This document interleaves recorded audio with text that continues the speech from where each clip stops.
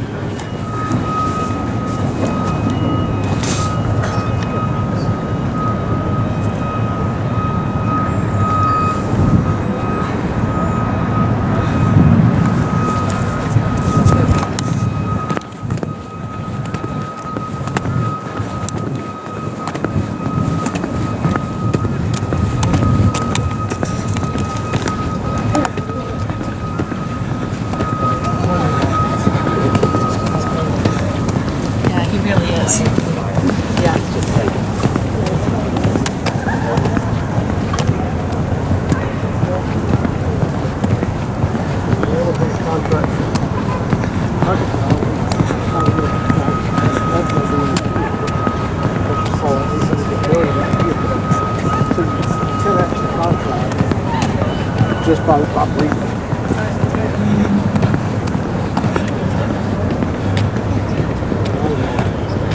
I'm walking into the hall right now.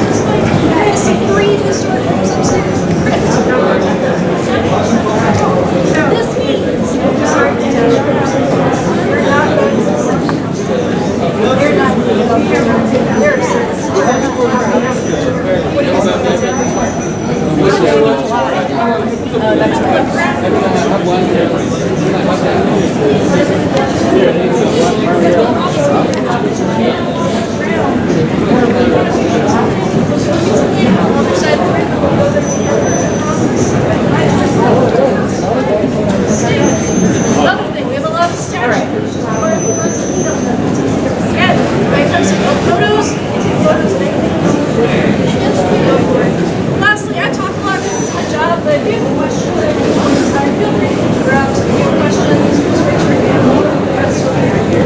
There are no bathrooms on the tour. If you have something at any point in time, bathrooms or otherwise, talk to me and I will show you access. Any questions? Okay, let's roll.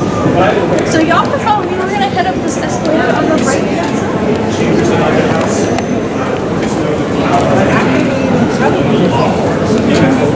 Yeah, they're both at sections.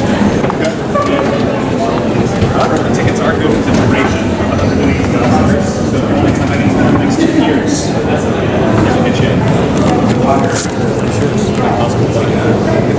Maybe you should have a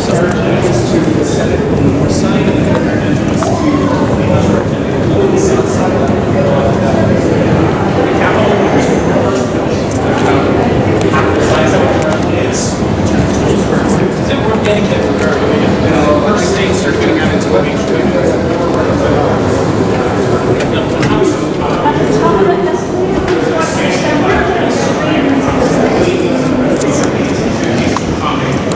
through here is the original sandstone foundation of the temple.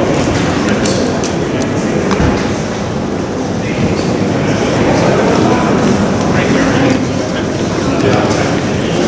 It's also built in French because the original it's kind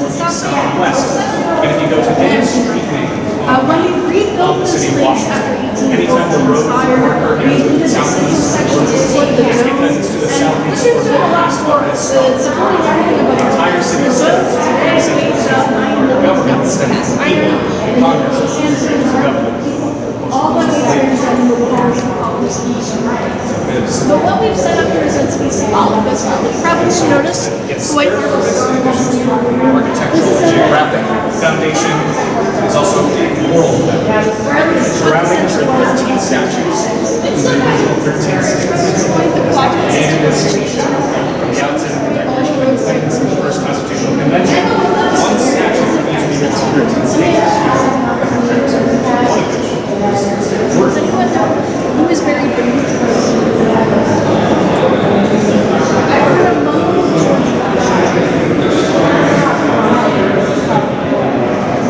It's a trick question. There's no one that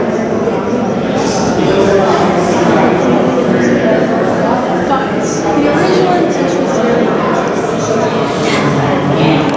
how we are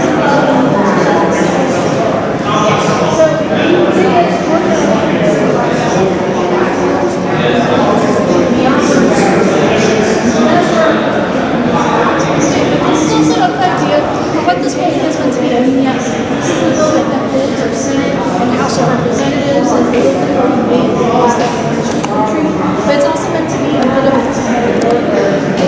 And when I use that word temple, I think it's going to ring a little more true. Before we go up, I want to touch on statues. We're going to see a lot of statues today. Others are congressional commissions, and then 100 statues all over the hill are from the states. Every state in this country has given us 2 people who they thought best represented their state at the time, and they are chosen by the state government. So wherever the state sends us, that's where we want to display. Does anyone in this group know the original TV? I'm from Maryland. He was a founding father of Louisiana. Beside me there, we've got Robert Barron, who's also a founding father. On the other side of the room, we see Robert Livingston, a founding father, Richard Stockton, a founding father. So you see a theme. Yeah, so this theme does not carry through the whole collection. It's actually pretty varied. Who becomes a state statue? The only requirements for these are 1, they're relevant to the states. 2, they're dead. So it's pretty big. Who becomes a state statue? You're going to see quite a variety of individuals filling out the Could you all come in and help us with some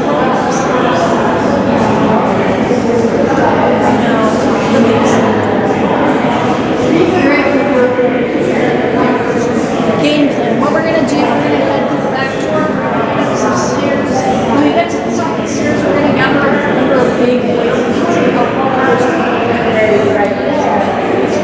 Oh, and by the way, this route we're taking right now, starting about here, is the same route.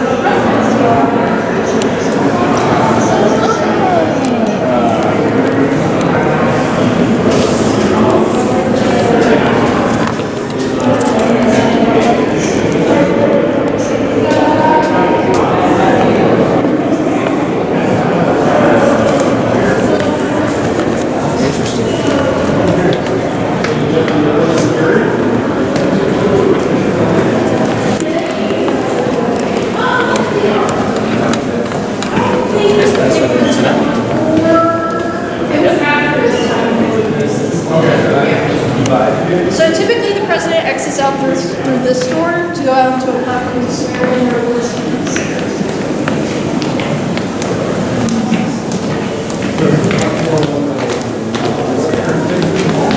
Yes, so if you find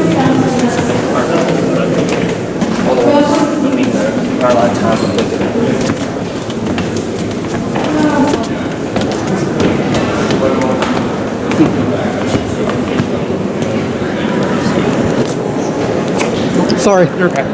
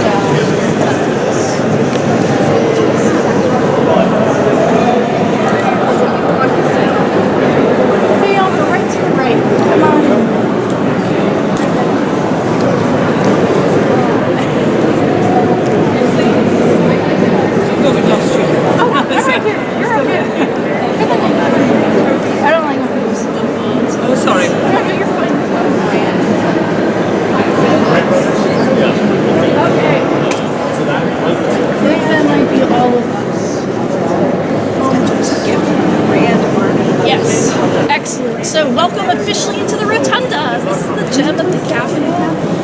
The number one reason we built this room was to impress visitors. Are you impressed with what you see? Yes. We did it. Go America. Check mark. The other purpose of this room is for ceremony. We hold ceremonies in here known as laying in state and laying in honor. These are funerals for our presidents, senators, representatives, and on occasion a civilian who has done something great for this country. Rosa Parks, for instance, laid in honor in this room some decades ago. What happens is they place the casket in the central point of this room, and the public are invited in to pay their respects over the course of hours and sometimes even days. We may have one coming up soon. We'll see. But do you say why?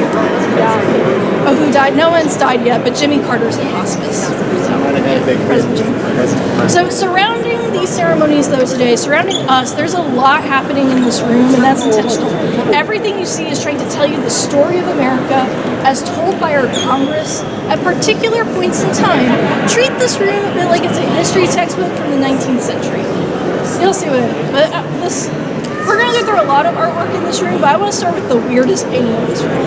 It's the one on the ceiling. If you look 180 feet above our heads, you're going to see a painting up there called the Apotheosis of George Washington. This is painted by an Italian artist named Constantino Bernini at the end of the American Civil War. And like this room, there's a lot happening in this painting, but to break it down, in the center, we have George Washington, right? He's seated in the clouds.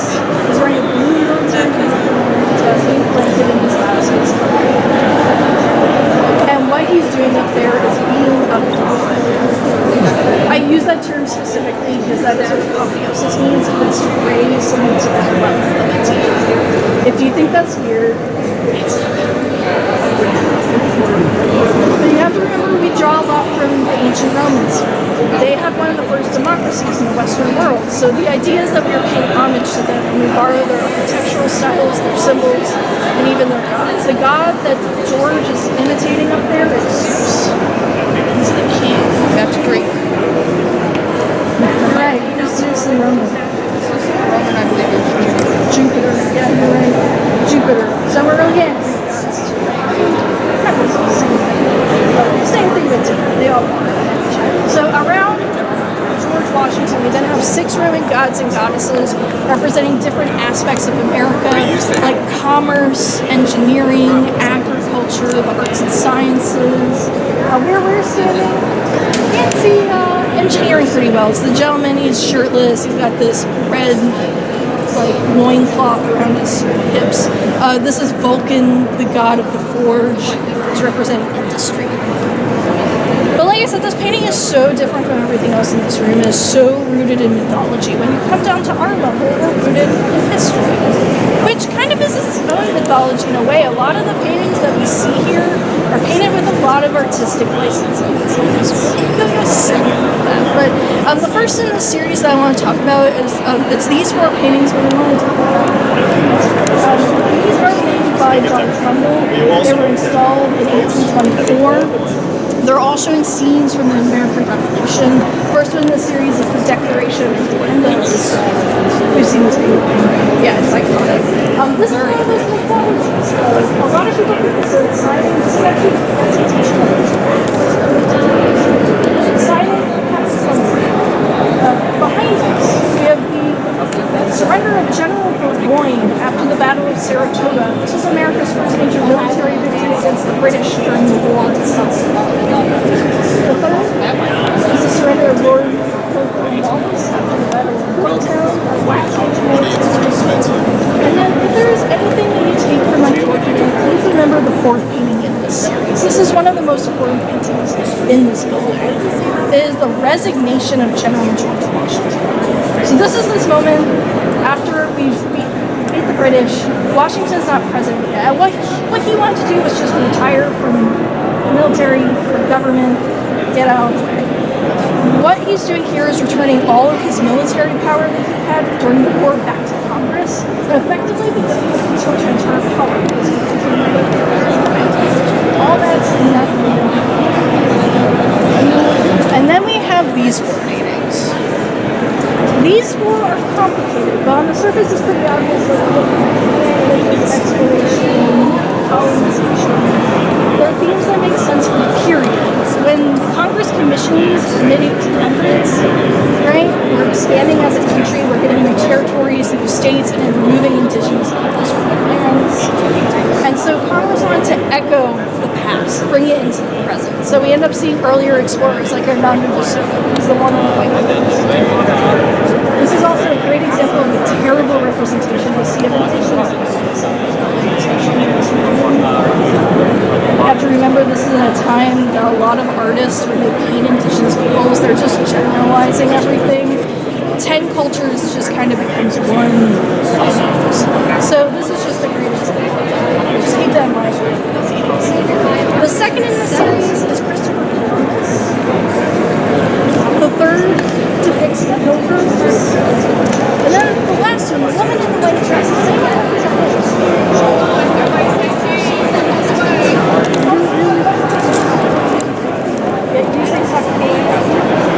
Pocahontas? Pocahontas. Yeah, Pocahontas. Are you all surprised to see Pocahontas at this Would you be surprised to know she's in here almost as much as George Washington? She's in here 3 times. If you're unfamiliar with Pocahontas, she was a young indigenous woman. Her real name was Mata Oka. She was a member of the Atkins tribe. She is involved in several connections with the colonists over time. Most famous story is where she saves John Smith, an explorer, from being killed by her tribe. So that's usually what we remember the Disney story. But she's also later ransomed she's kidnapped and ransomed. She marries a man named John Rolfe. She moves to England and she passes away there. But she's used on and on in this room as kind of a tool of propaganda to just show this togetherness between indigenous peoples and colonists. I mean, she's kind of viewed as this perfectly assimilated society. So we end up seeing her here. This is at her baptism before she marries the man. Yes, these are good. So these There he is. What is he? And then we see her saving John Smith again, the painting that's just below the windows because he wants to save himself. By the way, it was probably an untrue story. Pocahontas called John Smith a liar to his face later in So, but this painting that's below the windows that wraps around the room is called The Frieze of American History. It's a timeline of the Americas. It's a little hard to see where we are, but with Columbus stepping off the ship, and then it wraps around most of it shows its exploration, colonization, and revolution. Actually, we don't get past the revolution until we're over halfway around. That does not leave a lot of American history to be added. So how they decided to wrap up American history is where you see the man rearing back on the horse. This is the War of 1812. Following that is the Mexican-American War. It's going to get a little hard for us to see, so we do walk around the but it also includes the California Gold Rush, the Civil War, the Spanish-American War, and the last scene to wrap up American history in this is the Wright brothers in the first fight in North Carolina. And that's not American history, right? Nothing happened after Kitty Hawk. A few things happened. That's why the statues are really important in this room. They're filling in the gaps. Some of the, I should say, if we get a statue of a president, we'll place them in this room, and some of them are more contemporary. It happened to be just beside President Harry Truman. He's a state statue from Missouri. He's actually the most recent addition to the collection as well. He just replaced a statue of Thomas Hart Benton for the state. We'll talk more about statue replacement in the last room, because I know some people are curious. But you probably noticed there were a few individuals in this room who were never president, and they were important in filling in the gaps in other ways. To the right, we have a bust of the Reverend Dr. Martin Luther King Jr. This is not a state statue nor a gift. This is an example of expression. These are statues of the Senate and House coming together in protest. And the other exception to the presidential we have three women, Lucretia Mott, Susan B. Anthony, and Elizabeth King standing, rising out of the marble. They are three suffragists who fought for the right for women to vote in this country, and this is a gift from the National Women's Organization the year that we ratified the 19th Amendment, which was in 1920. Did y'all have any questions for me about this space? On January 6th, were they in here? On January 6th, were they here? I'm not going to answer a lot of January 6th questions, but very much everywhere we've seen they have been. And yes, there was damage. What they damage? Well, with all the pepper spray, it damaged the paintings. It also got on the statues. So their conservators had to come in and fix that up. So, yeah, what's up? That statue. The one in green? Who is that? It's Dwight Eisenhower. President Dwight Eisenhower. Do you know why he's in green? Army? He was general of the army.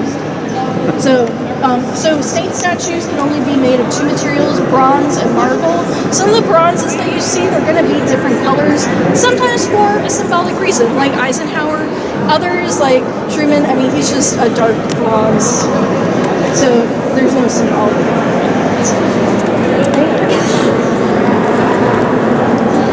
Okay. So what I want to do is make sure, did y'all want to do a walk around this room? I figured, I thought you would. So we're going to do a whole walk all the way around, and then we're going to end up heading down this hallway here. We're going to check out the room down there. I'll go over. Alright, we're going to walk around the counter.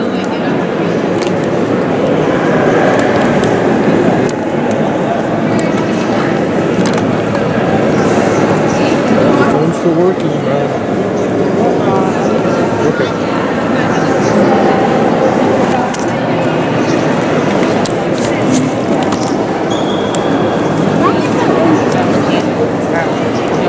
Let's just hold one moment just to let this group go by.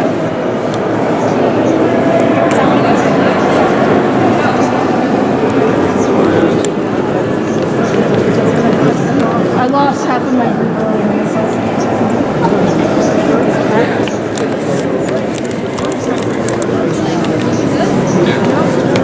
Where did your good looks go?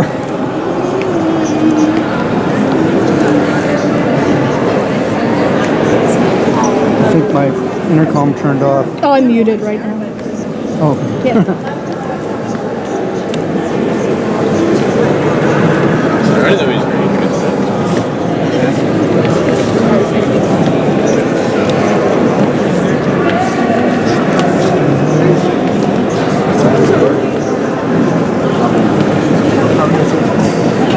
he's very good.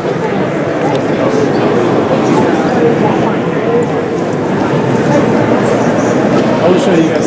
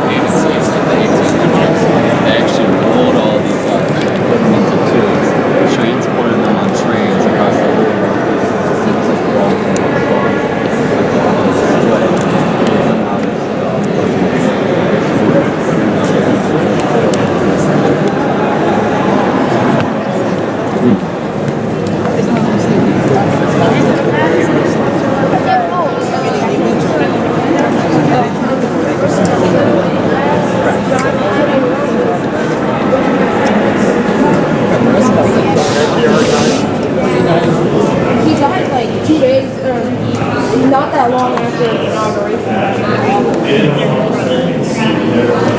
This is Bill Bush there.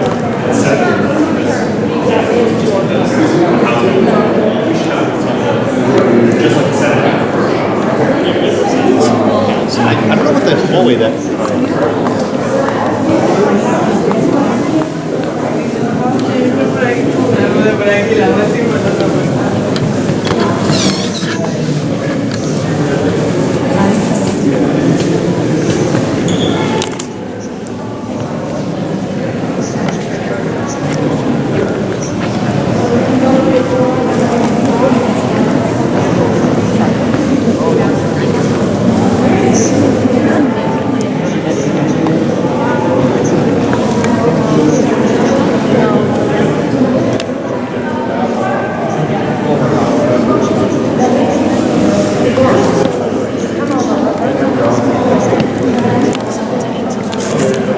This is the opening of all these men and to discuss important legislation affecting the country. Especially in the later years, a lot of the discussion is on that issue of sleep. This room actually sees over 70 fights over this issue, and I don't just mean verbal argument, I mean men getting into fist fights, tearing each other's wigs off. There's actually a duel that starts off based on something that's said on the floor, at least the death of a congressman later on. So it really gets out there. Eventually this room, because it is during a time of our country expanding, there's new representatives coming in too. So eventually this room just gets too small. They expand and move down the hallway to the chamber. That's the current chamber we use today. This room is redesignated as National Statuary Hall. That's when we start adding our statues. Is anyone still looking for a particular state?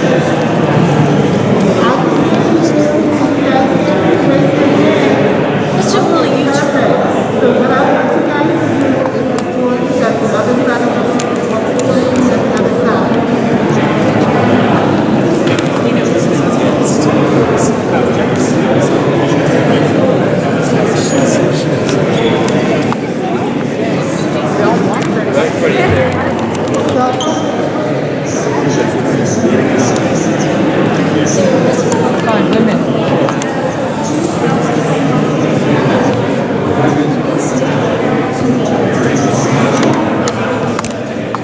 Some states do it for, they do it for a variety of reasons. One reason, it's a controversial statute that they no longer feel represents them as a state.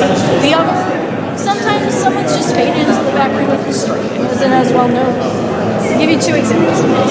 Did anyone know Edmund Kirby Smith? He was one of the last Confederate generals to surrender even after the war was over. So he was recently replaced by Florida, and they brought in Dr. Mary McLeod. Absolutely amazing. She is, if you're unfamiliar with her, a champion for education, especially for people of color. She was the founder of the University of Florida and advised Roosevelt's on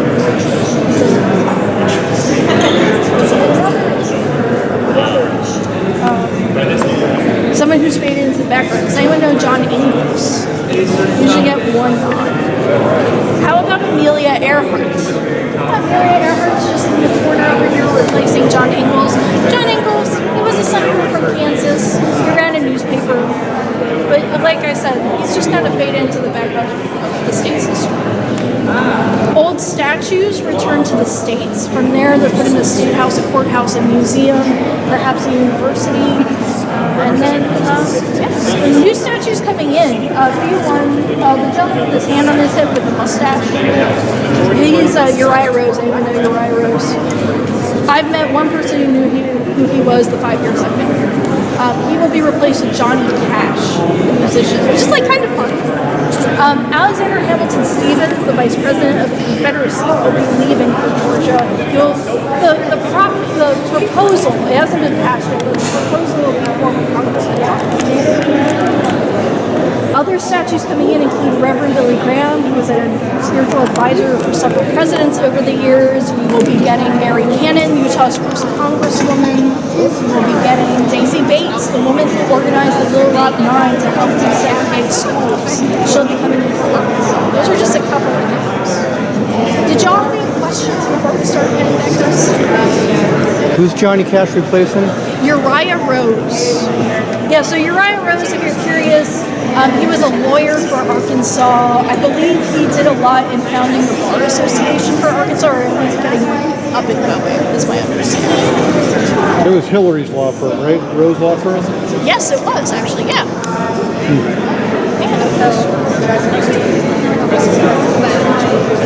Okay, game plan. We're going to be heading out into the rotunda. We're exiting to the right between Reagan and Eisenhower. We're going to make our way downstairs, down the escalator. When we get downstairs, I'm going to gather us up one more time, and we're just going to find out amenities, but otherwise we're really fast. Y'all found me? You guys were on different sides of an opinion, right? You wanted